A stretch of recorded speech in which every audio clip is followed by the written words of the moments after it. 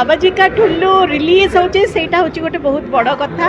कहीं बहुत पुराना सिनेमा माने शूटिंग होता कोविड पूर्वर किंतु कोविड पाई रिलीज हो पारनथला बाबू सिंह प्रयोजक बहुत बड़ बड़ आर्टिस्ट माने अभिनय करिसेंती सबुठु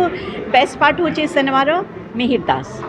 एते दिन पर पुणी तांको परदा उपरे देखिचु देखिबु आमे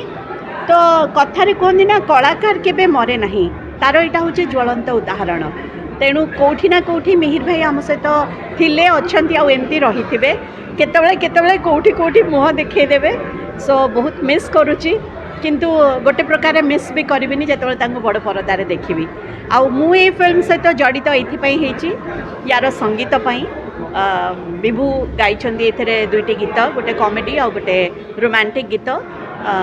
बुबू भाई आउ सौरभ नायक प्रथम थर पर मिसिकी द्वैत भाव में संगीत निर्देशना देइछथि बहुत ही श्रुति मधुर होइछि गीत गुड़िक मु भाबुछि आजिका जेनेरेशन को मध्य गीत गुड़िक बहुत भल लागिबो काहेकि ना गीत केबे जेनेरेशन बाछे नाही पुराना गीत भी आजिका पिला गाउछन्ती आउ आजिका गीत भी पुराना लोक गाउछन्ती तेणु गीतर केबे जेनेरेशन न थाए बहुत श्रुति मधुर होइछि गीत गुड़िक एवं रंजन भाई कैमरामैन तांको मध्य बहुत सारा शुभेच्छा और शुभकामना जणैबी एवं ता सहित ओडिशावासी को रिक्वेस्ट करी जे भल सिनेमा देखिबा पई चेष्टा करंतु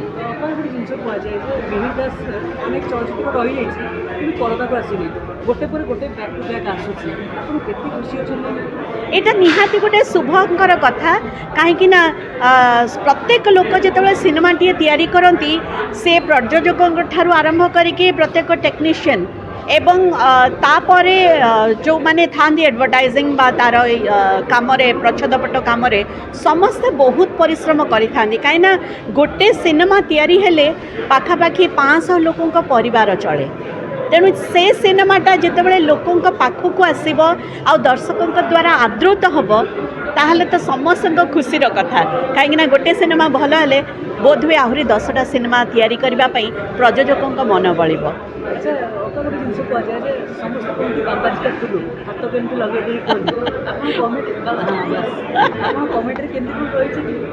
बाबाजी का ठुल्लू सिनेमा कॉमेडी कॉमेडी रे समाज को गोटे वार्ता दि जाइए सबु जिनस आम जदि सरल भाव में गोटे जटिल कथाटी को कहवाई चेष्टा करें से बुझापी सहज होता है बोली समस्ते कहती एक्जाक्टली ये सिनेमा से किसी घटना घटवा जाऊँगी ना है बाबाजी का ठुल्लू आ सिनेमाटी देखिले ही आपण मैंने जानीपर ए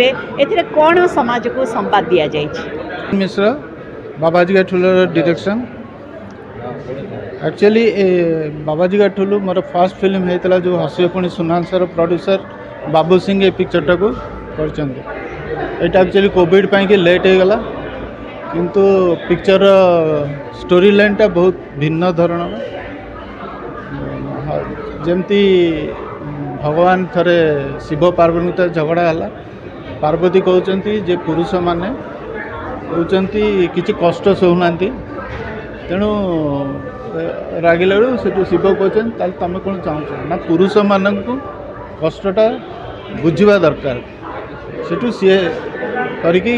पुरुष मान को स्त्री कर स्त्री मान को पुरुष कर बहुत प्रोब्लेम है प्रोब्लेमटा केमती सल्व हो।